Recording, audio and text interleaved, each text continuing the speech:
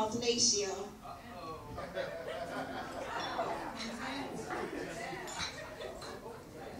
I think it's so true that you're still running through my bloodline. Your cum was the best cum that I've ever tasted. It wasn't sour, it wasn't tart, just right. And while giving you head, I thought time couldn't be wasted. So I took advantage of the moment that I had with your dick. I touched and caressed it and wasn't afraid to lick and suck and spit and get it all wet till you said quit. And I bet you never would have thought that I'd make you say stop, because you couldn't handle the good feeling I sucked your dick like a bop. And when you came, I swallowed. And even after, I still kept sucking your dick like there was no tomorrow. So I know your DNA is still running through my veins, because when I go to sleep, I dream about you and how I gave you brain and how my mouth was so fixed upon your head, I almost gave you an asthma attack. Cardiac arrest or something, but I guarantee that after all the health problems, you'll still be coming back. And I know you liked it how I sucked you and swallowed 2 more times voluntarily. And when you asked me if I was finished, and I was like, barely. And I massaged your penis with my oral tissue. And I could have sworn I saw a tear slide down your cheek, so I wanted to give you a tissue. Or that probably was just sweat, so you wiped that shit off. And I don't usually use my teeth, but I know you like it when I bite that shit soft, and I can get off just by sucking your dick. I mean, I get excited just off sucking your dick. I mean, I get aroused just off fucking your dick. And I'm sorry, but I don't mean to use your dick's name in vain, but did I tell you that your penis juice was in my veins, and that the next time I suck you, I'm gonna lock you up in chains? Because the way I had you running was like you got busted with cocaine. But when you busted, you came. And I know you know that I'm a beast when it comes to that head game. Because I saw the way you were looking at me and watched my head go up and down. And when you saw that imprint of your head against the inside of my cheek, no, you did not frown. You smiled. And I know you were thinking that it was worthwhile. And you probably wouldn't give a fuck if fellatio made a child, because when a bitch can suck a dick as good as me, it'd have a man going crazy like on girls going wild. I know you remember when I sucked a little, I kissed a little, then licked real fast, stroked some while rubbing your balls and making it last and keeping it wet. Because I know you like wet places, like my pussy. But forget exchanging fuck faces. I was trying to get you suck faces. All I was trying to do was please you, and I think I did a pro job. I knew by your expression, I gave the perfect low job.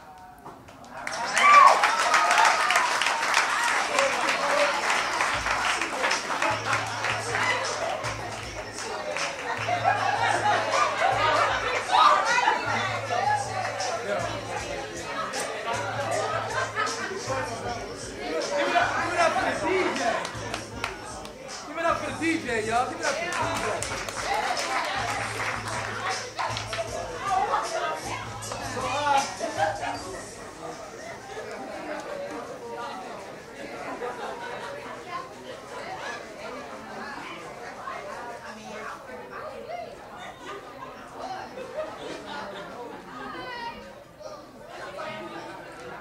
Okay. We like that.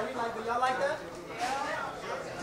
You know, I always like to watch Andrew do that poem and look around the room and look at the ladies' faces. You know what I mean? Because I already know how the guys feel about it. So I like to look at the ladies' face, because some of them be real serious, like, oh, like, you know what I mean? I'll be like, oh, she doesn't give head. You know what I mean? I'll be going around the room and I'll be looking at some people like, oh, yeah. I'm like, yeah, she gives that. I mean, so ladies, y'all gotta watch it when she do that piece. Y'all be giving it away. I'm telling y'all. Or maybe y'all just be trying to give out false signals or something. But listen, like I said, we dope poets, man. Anybody on Facebook?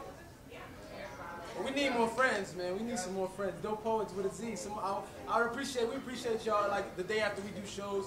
If y'all can send us a friend request, leave a little comment, tell us what y'all thought about us. You know, we need to get our weight up, whatever, so we can work on our shit, all right?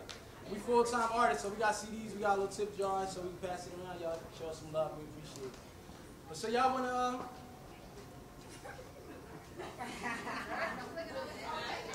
we're gonna take y'all on an emotional roller coaster. Can I get serious with y'all for a second?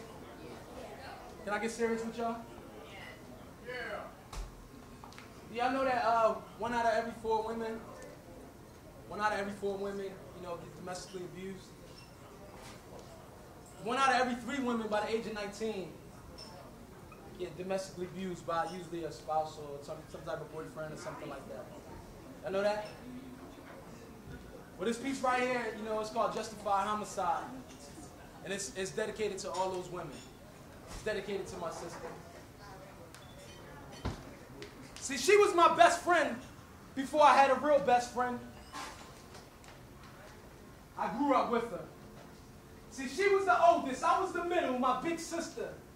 But it was only by a year. But for 3 months each year, she made it feel like 2. Because she rubbed it in all the time. When she was 7, I was 5. When she was 11, she said, "Shut up, Jermaine, you only 9. And when she was 16 in April, I was still 14 until July. And she was already on her own. I was still living with my mom, a mama's boy. And it's tatted on my left forearm. But on my right forearm, that reminds me of the crime, Justified Homicide. Rewinding in my mind, let me take y'all back. See, we call her Nisi. And she was mentally gifted, but she got bored early with fractions and compositions, and she basically dropped out after starting out casually ditching. And I used to say, "Nisi, go to school. I know mommy got curfews, and you can't stay under her roof unless you follow her rules."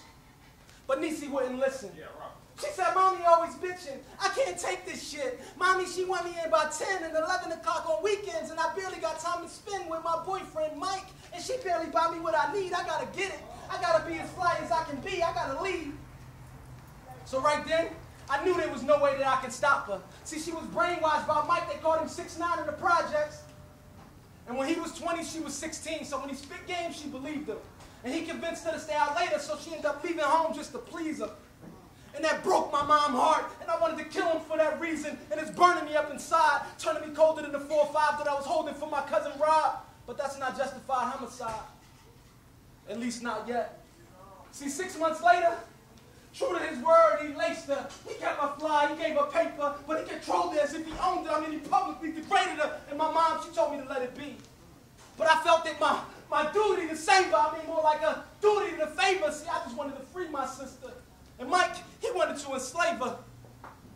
Now I see why every time he came around, she switched up her behavior. See, I just thought he raised his voice a little to keep her in place.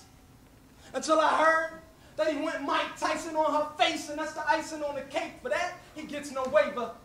For that, I'm breaking that 10 o'clock curfew. For that, I'm sneaking in a little later. I remember hearing rumbling inside my house when I turned the doorknob. And I didn't expect to see my mom home so early from her nighttime job. I mean, something's not right, and it's apparent. She's so in tune with single parent that something's wrong, and she ain't wrong. Fuck, I still had the evidence on my side. I wanted to run away and hide. But before I made it to my room, I heard my mom in the kitchen crying, and that's a rarity. See, my mom, she accepted no charity. This foolish pride, I get it honestly. My mommy,